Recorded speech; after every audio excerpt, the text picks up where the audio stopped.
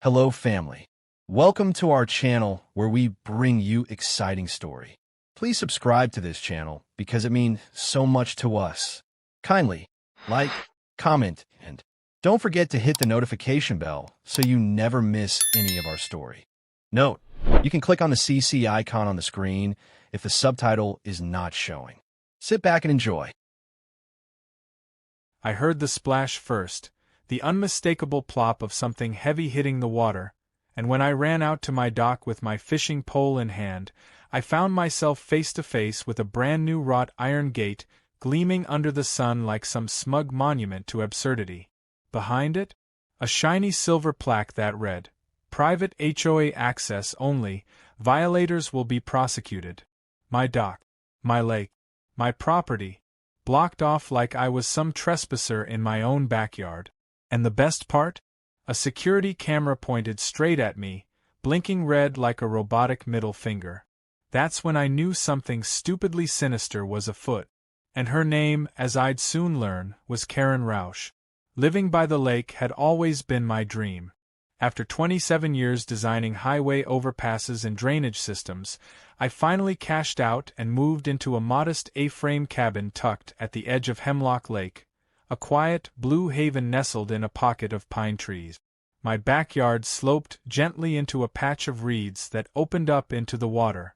Every morning, I'd walk barefoot out to the old wooden dock, thermos in hand, and fish in the mist.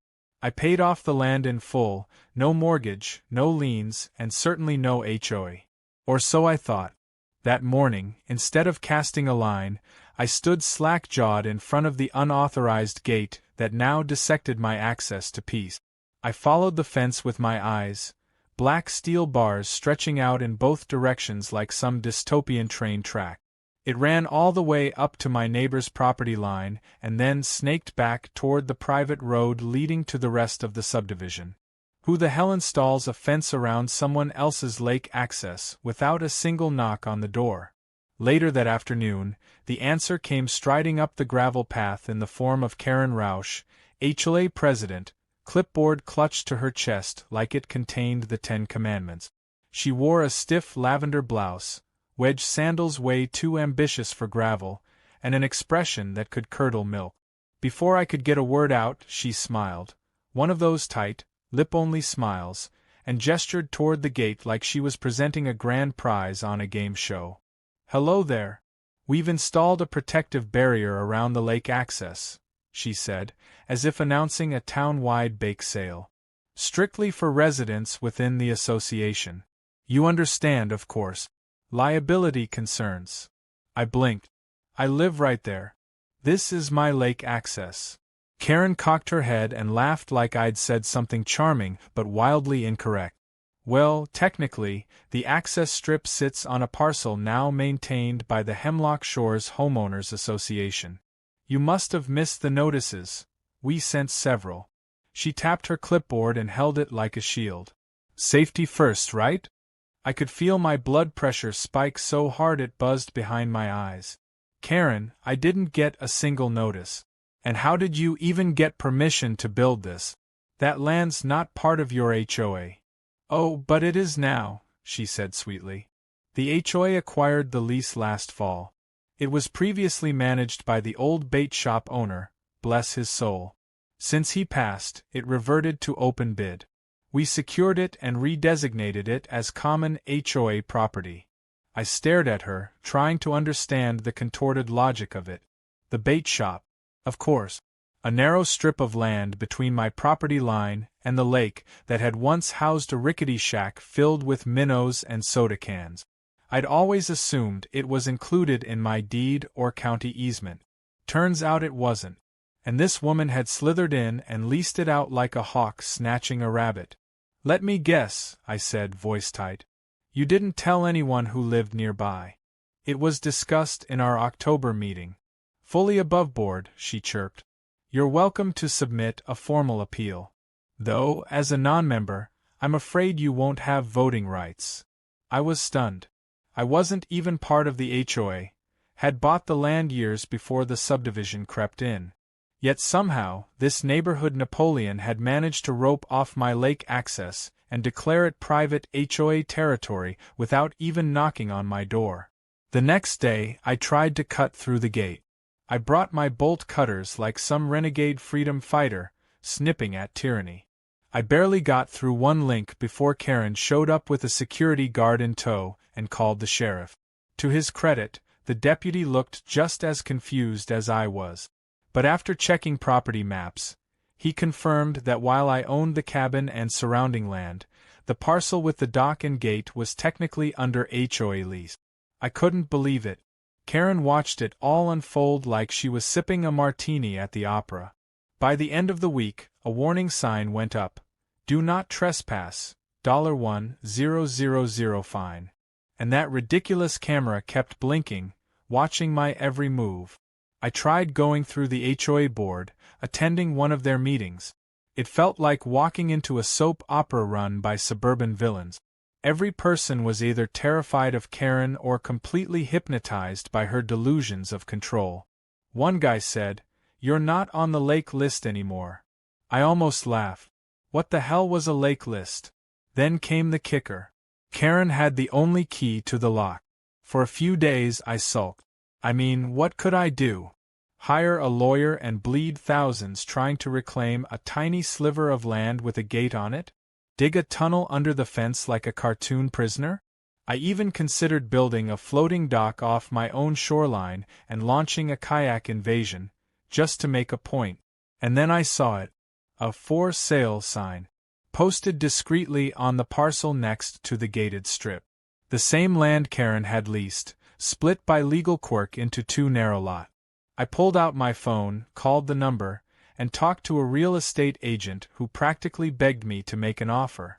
The seller? An elderly woman living in Alaska who inherited the land from her late husband and forgot it even existed. That night, I sat on my porch, sipping coffee under the stars, watching the gate glow faintly in the moonlight like some smug steel totem. And I started to grin. If Karen wanted control so badly, she was about to get it. Just not the kind she expected. Because I was going to buy the land with the only gate key.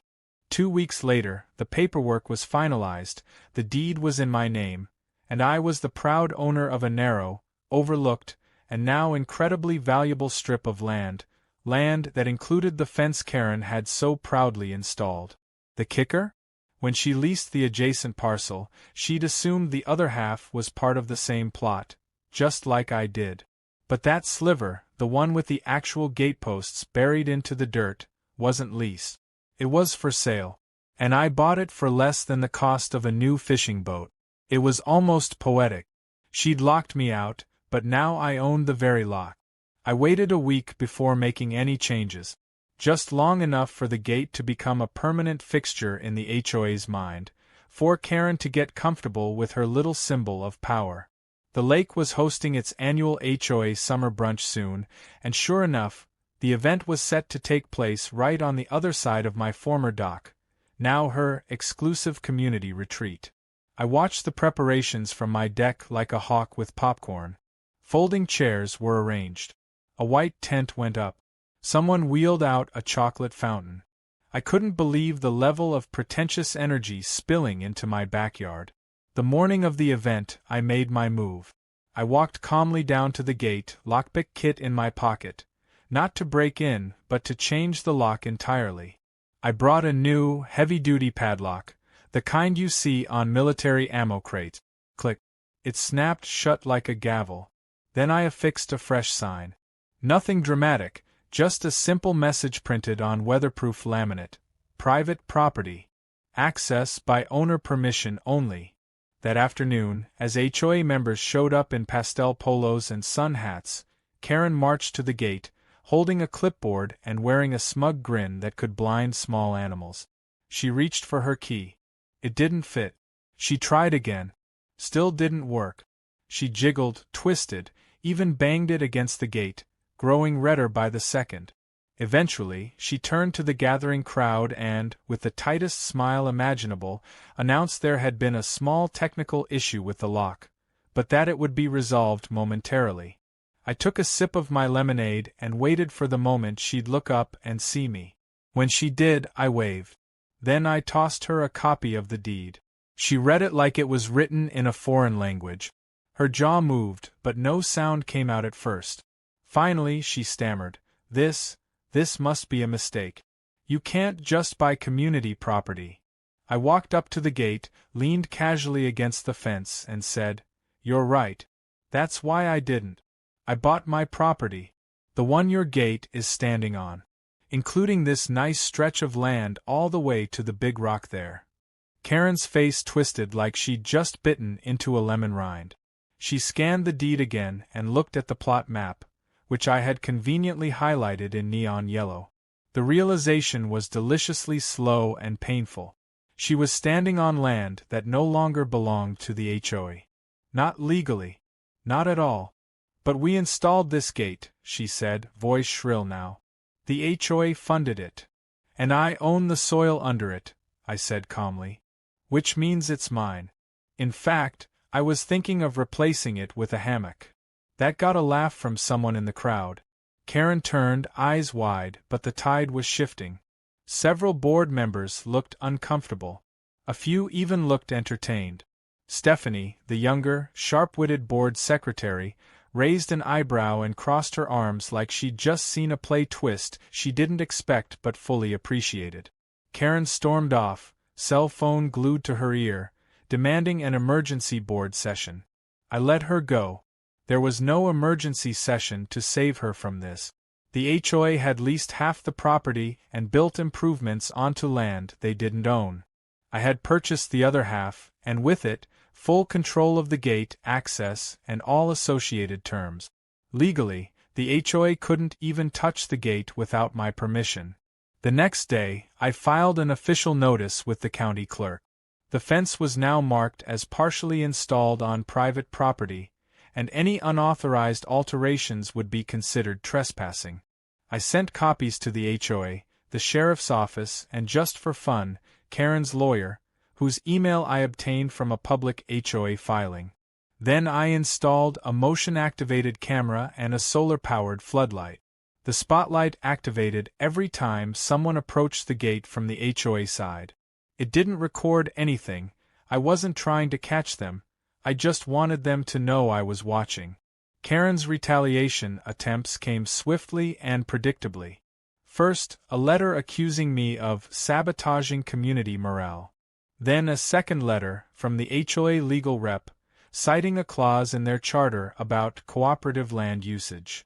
My reply was a copy of my deed and a post-it note, "Cooperate this."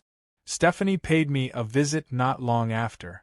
She wasn't hostile, just curious. She asked to walk the property line with me. I obliged. We walked the length of the fence, and she shook her head, clearly annoyed. "Karen never ran this through the proper channels," she said. "She told the board it was uncontested HOA property. It wasn't. It's just that nobody cared until she installed a gate." Stephanie smirked. "She's going to blow a gasket when the board finds out she spent $3,000 of HOA funds fencing land we don't own." "Then I guess she better reinforce that gasket," I said. Over the next few days things shifted. The HOA's posture softened. Stephanie began attending board meetings with visible tension. Rumors swirled about internal disagreements and potential misappropriation of funds. One board member resigned. Another requested a full financial audit. And Karen? She filed a complaint with the county zoning office. That backfired spectacularly. The zoning official came out, checked the parcel lines, and told her in no uncertain terms that she had no authority over that stretch of land. Worse, she'd have to request formal permission if she wanted to host any HOA events on it. She tried to argue. Zoning guy just shrugged and pointed at the coordinate. "He owns it. And it's not under your HOA's domain." End of story. By the end of the week, Karen attempted one final, desperate move. She hired a locksmith to change the gate lock again. The guy showed up, looked at the gate, checked the property markers, and called me. I walked down with a bag of cookies and a receipt showing I was the property owner. The locksmith laughed, took a cookie, and left without touching a thing. That night, I installed a fishing chair behind the gate. Sat there with a cooler and a book, enjoying the breeze. Occasionally, HOA residents walked by, looking sheepish. A few waved. One dropped off a six-pack and thanked me for standing up to the nonsense. It wasn't about revenge anymore. It was about principle. If Karen wanted control, she could go find it somewhere else. Here, on this side of the gate, I was the one with the key. By the time July rolled around, the battle lines were drawn in invisible ink, only visible to those of us living it every day. The gate had become more than a physical barrier. It was a symbol. For me, it stood for boundaries, ownership, and the sweet taste of poetic justice. For Karen, it was a humiliating monument to her overreach, a daily reminder that her grasp had exceeded her reach. But just because she'd been beaten on the ground didn't mean she was done. Oh no, she had plans, and I saw them start to unfold with a silence that was somehow more ominous than any shouting match. It started with boats. Not mine, of course. I couldn't even get mine into the water without lifting it over the gate like a circus act. These were HOA boats, paddle boats and small skiffs, drifting in from the far end of the lake. At first, I thought it was innocent, just kids out enjoying the water. But then I started seeing the same people docking at the backside of my property, stepping onto the land like it was a park. I approached one couple who looked genuinely confused when I asked what they were doing. "Oh, we were told this area's part of the community lakefront," the man said, holding a little picnic basket. "Karen sent out a newsletter about the new boat landing zones." I nodded slowly. "And did she mention who owns this piece of land you're standing on?" His wife blinked. "Wait, you own this?" I pointed to the sign, still bolted to the fence, now with a small addition. "Private property, parcel number 2483, trespassing not permitted." I'd added it after the third boat landed. Things escalated when a row of buoys appeared in the water. Bright orange, strung with netting like a floating fence, they cordoned off the side of the lake near my dock. The sign attached to them read, "Community Swim Area, HOA members only." That's when I knew we were entering a new phase of this ridiculous war. Karen had decided if she couldn't win on land, she'd try to reclaim territory by water. I called the county again. They sent a representative out to inspect the property lines and water access zone. The verdict was clear. The HOA had no legal jurisdiction over navigable waters. The buoys were unauthorized, and within a week, they were gone. I didn't even have to do anything. But that only seemed to push Karen deeper into her spiral. The next week, a teenage neighbor slipped me a folder. He handed it over like it contained state secret. Inside were scans of the most recent HOA meeting minutes, which his mom had printed and left out on the kitchen table. The notes were gold. Stephanie had objected multiple times to Karen's decisions, and Karen had steamrolled right over her. More interesting, though, was the language used. References to potential lawsuits against me, a reclamation strategy, and a proposal to designate the disputed strip as common greenway space through a contested vote. I couldn't believe it. She was trying to vote her way back into ownership of land I bought outright. It was time to stop reacting and start pressing buttons of my own. I called up an old buddy of mine, Brian, an engineer like me, but with a much more interesting current job. He worked for the municipal zoning and planning office. After a coffee and a chat, we pulled up some ancient property records and found something fascinating. Because the strip of land I purchased was less than 6 feet wide in some places and was not being used for essential infrastructure, it qualified for reclassification under the state's non-commercial preservation clause. In short, I could apply to make the parcel a restricted access ecohabitat. Brian helped me draft the paperwork, and within 2 weeks, my land, my beautiful little sliver of victory, was no longer just private. It was now legally protected. No development, no events, no gatherings, not even temporary setups without formal permit. The gate, the dock, the entire strip was now designated as an environmental rest corridor, complete with a sign from the county. The reaction from the HOA was swift and panicked. An emergency meeting was called, and Karen tried to rally the troop. But this time, they weren't having it. Residents were tired. The board was split. And Stephanie, bless her, came to me the next day to deliver news that made me laugh so hard I nearly fell off my porch swing. She tried to stage a vote to override your classification. Said it was unfair and bad faith action. And I read the county ordinance to everyone. Said you followed every rule and even paid for the application fee yourself. The motion didn't even get a second. She handed me a cookie from the meeting, oatmeal raisin, but I forgave her. Over the next week, the tension bubbled like a kettle left on too long. Karen refused to give up. She walked the property line daily, muttering into her phone, snapping photos like she was gathering evidence for a crime no one committed. Then one day, I caught her red-handed. I was out back watering my garden when I noticed movement near the fence. There she was, crouched by the gate, screwdriver in hand, trying to loosen the hinges.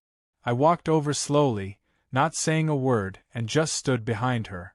She didn't notice me until the light shifted and my shadow fell across her back. She froze. "Looking for something?" I asked. She turned, still crouched, caught mid-wrench. "Oh, I was just inspecting the damage. Some residents said the gate was unsafe." "Funny," I said. "The camera says no one's touched it but you." She blinked. "You installed a camera? It's legal on my property. Also has a pretty decent microphone." Karen stood, brushing her knees, trying to recover her dignity. "You're being extremely uncooperative, you know. And you're lucky I don't charge admission," I said, pointing to the sign. "You're welcome to leave before the county adds trespassing to your list." She left, cheeks flushed, steps clipped and stiff. I watched her disappear around the bend, shaking my head. She was unraveling. The final blow came the next week, when Stephanie gathered enough board votes to call a full audit of HOA spending. Turns out Karen had allocated over $8,000 to fencing and safety enhancements without proper documentation or approvals. Included in that line item? A weekend board stress retreat at a local spa, booked under her niece's name. The board suspended her pending investigation. She resigned 2 days later, blaming a toxic environment. Word spread fast. Residents started stopping by to thank me, bringing pies, six-packs, and even one hand-painted sign that read "Local Legend, Gatekeeper of Hemlock." I put it up next to my fishing chair. Peace returned slowly, like the lake healing after a storm. The buoys never came back. The gate stayed locked, but always open for the kids who wanted to fish, or the elderly couple who just liked to sit near the water. I had a stack of laminated permission slips for guests, and anyone respectful enough to ask got one. As for the HOA, well, they'd started drafting a new charter, one with fewer gate metaphors and a lot more neighborly common sense. And I finally got back to fishing. Just when I thought things had finally settled into a peaceful rhythm, Karen made her return, not physically, but digitally. Like a villain in a straight-to-streaming sequel nobody asked for, she popped up online with the fervor of a conspiracy theorist and the editing skills of a teenager with Wi-Fi. Her new crusade? A campaign she called Save Our Shoreline, complete with a Facebook group, a YouTube channel, and a series of increasingly unhinged TikToks filmed in her backyard, which was now 3 states away. Apparently, she'd moved to Florida, but distance hadn't dulled her thirst for drama. If anything, it sharpened it. The videos were something to behold.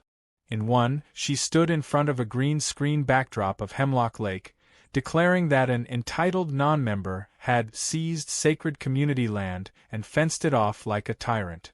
She showed blurry screenshots of my gate, labeled with words like greedy, anti-neighbor, and my personal favorite, Gate Goblin. Another video featured dramatic music and slideshows of the lake over the years, intercut with stock footage of crying children and duck. Real ducks quacking in confusion.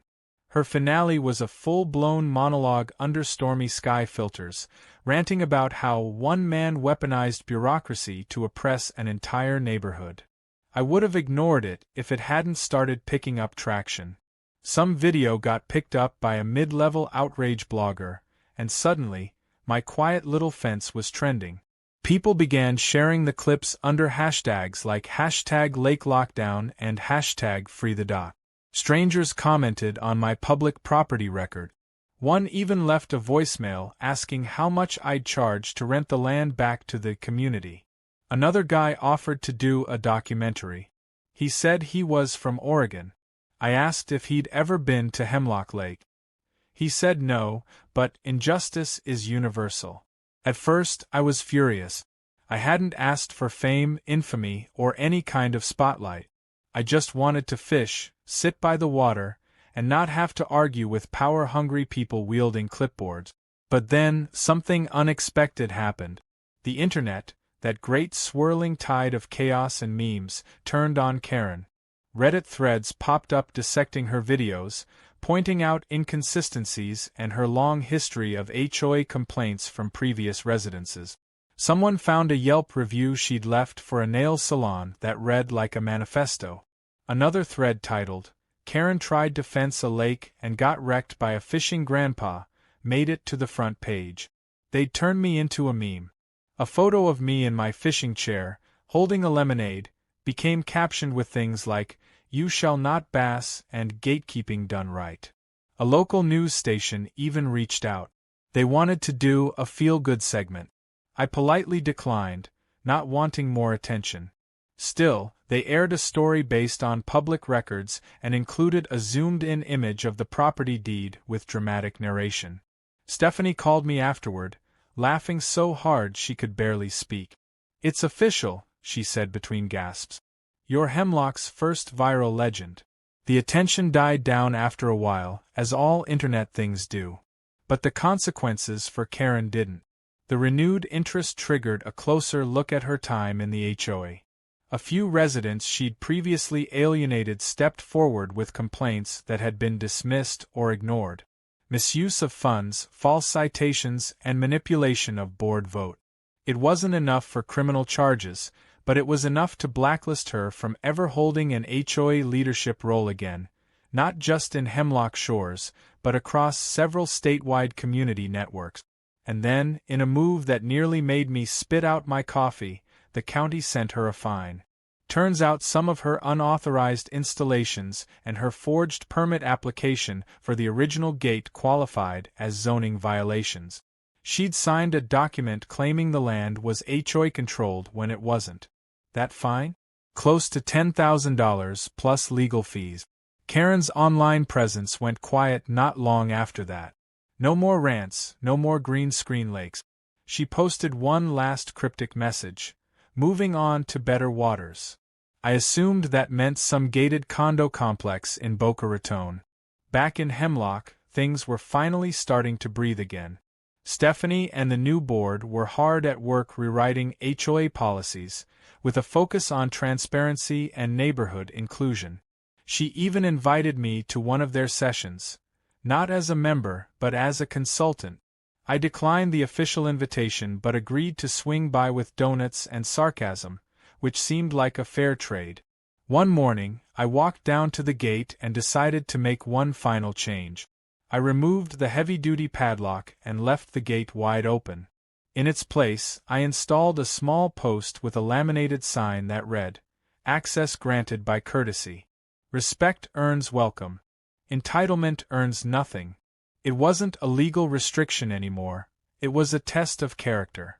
And you'd be surprised how many people actually asked before stepping through. That week, I got a knock on the door from a teenage boy I hadn't seen before. He introduced himself as Mason, said his family just moved in, and he heard I owned the best fishing spot on the lake. "I'm not gonna lie," he said nervously, "my friends dared me to sneak in. But my grandpa always said the right way is slower but doesn't burn bridges." I looked at him for a moment, then handed him a permission slip I kept in a folder under my porch swing. "Welcome to the lake, Mason," I said. Just clean up your bait wrappers and don't scare the fish." His grin could have lit up a room. The next few weeks were peaceful in a way I hadn't felt since I first moved here. Kids fished. Retirees walked along the shore. Even the raccoons seemed less aggressive. The gate stood open, but its story lingered like ripples on water. And in a strange twist, people actually started treating the area with more respect than they ever had before. Maybe it was the story, maybe it was the quiet symbolism, or maybe they just didn't want to end up in one of my revenge tales. I got a letter in the mail shortly after from Karen. It wasn't a threat. It wasn't an apology either. It was weirdly formal. She said she had reevaluated her relationship with leadership roles and was working with advocacy groups to prevent HOA abuse in her new state. She included a pamphlet for one such group and a handwritten note that read, "We might have started as enemies, but maybe we both taught each other something." I didn't respond. I figured letting it end there was more powerful than anything I could write.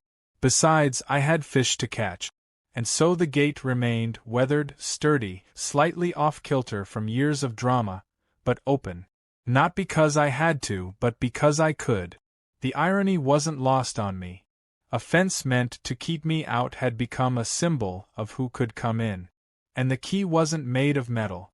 It was made of manners. 1 year later to the day, I stood on my dock with a thermos in one hand and a fishing pole in the other, staring at the same patch of lake that had once been the center of one of the most ridiculous property disputes in county history. The gate still stood, though the paint had faded a bit and the metal had taken on a rustic charm that gave it character. I'd left it there on purpose. Not to gloat, not even as a warning, but because it had become a part of the story, and sometimes symbols matter more than structures. What used to be a barrier was now a curious monument, a kind of lakeside landmark people used to tell stories about over cookouts and community potlucks. Stephanie had organized a Lake Appreciation Day, a low-key celebration to honor the efforts made to clean up the shoreline, revise the HOA bylaws, and recognize the neighbors who had come together when things went sideways. To my complete and utter horror, she also included a surprise segment she called Hemlock Legends. I didn't know this until I heard my name being called through a megaphone and turned to see a small crowd applauding as kids held up hand-painted signs that said things like, "Thanks, Gate Guy," and "We love the dock." One even drew a cartoon of me with a fishing hat and a laser beam shooting out of the gate. I still don't understand the laser part, but it was impressive artwork. I tried to wave them off, but Stephanie dragged me up to the front and handed me a plaque. Real wood, carved with in recognition of community integrity and unmatched patience. I was half expecting it to say, "most likely to cause petty chaos," but it was actually tasteful. A kid asked if I was going to write a book about everything. I told him if I did, it'd be titled Karen and the Fence That Couldn't. As I stood there, surrounded by laughing neighbors and the smell of barbecue drifting across the lawn, I realized something strange had happened. Somewhere between the property disputes, internet fame, and HOA meetings gone off the rails, we'd actually become a better neighborhood. People talked to each other now.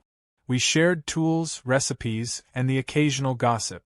The board was transparent, the rules were clear, and most importantly, there hadn't been a single gate-related incident in 6 months. That was practically a miracle. Later that afternoon, Mason showed up again. He'd grown an inch or two, and this time he brought his younger sister to fish with him.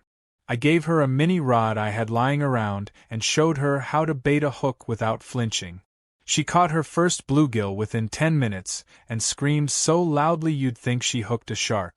Mason gave me a thumbs up from across the dock, and for a moment, everything felt exactly right.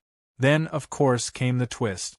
Around sunset, a silver sedan pulled up near the end of the road, and a woman stepped out in sunglasses, a floral scarf, and flats that were way too white for a place with dirt paths.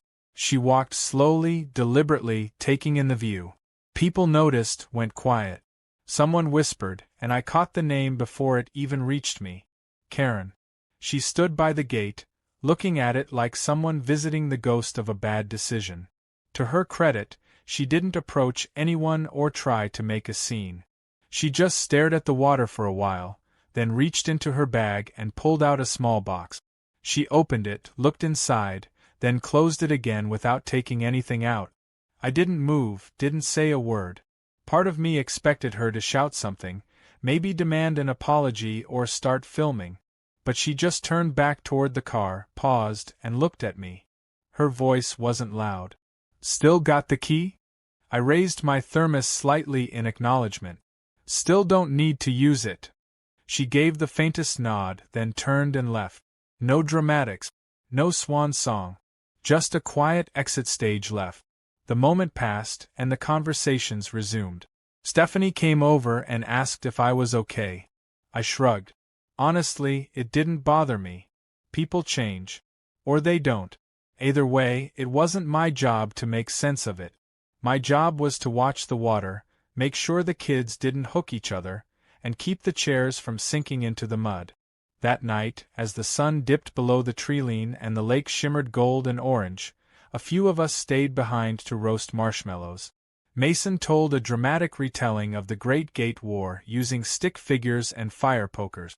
A retired couple offered me homemade apple pie as thanks for helping steer the HOA away from disaster. I didn't do much, I told them. I just stood my ground. They disagreed. Eventually, the crowd thinned out and I found myself alone again, sitting in my weathered chair, the lake whispering its quiet lullaby. I looked at the open gate, the plaque on the post, and the worn trail where hundreds of respectful feet had passed. It was funny. A year ago I had been locked out. Now people were walking through freely, but on my terms, under one simple rule: don't be a jerk.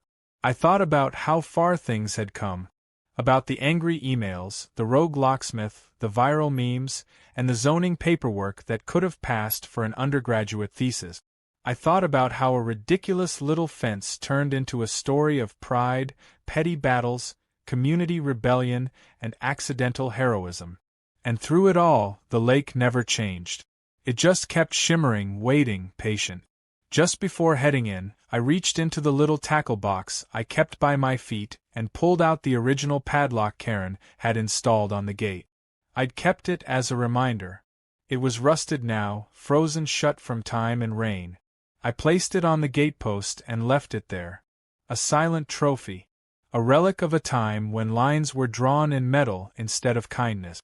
As I turned back toward the house, porch light glowing warm in the dark, I heard footsteps behind me. Mason again, jogging up. "Hey," he said, out of breath. "You coming to the late-night fish-off tomorrow?" I smiled. "Wouldn't miss it." "Cool," he said, then paused. "Also, someone put your fishing hat on the HOA bulletin board as a joke. Like, stapled it." I raised an eyebrow. "Was it you?" "Maybe," he said, grinning. "Community art, right?" I chuckled. "Remind me to charge you rent next time." And with that, I headed inside, the sounds of laughter still echoing faintly behind me. The lake stayed quiet, the gate stood open, and the story that started with a lock ended with something much better, a legacy.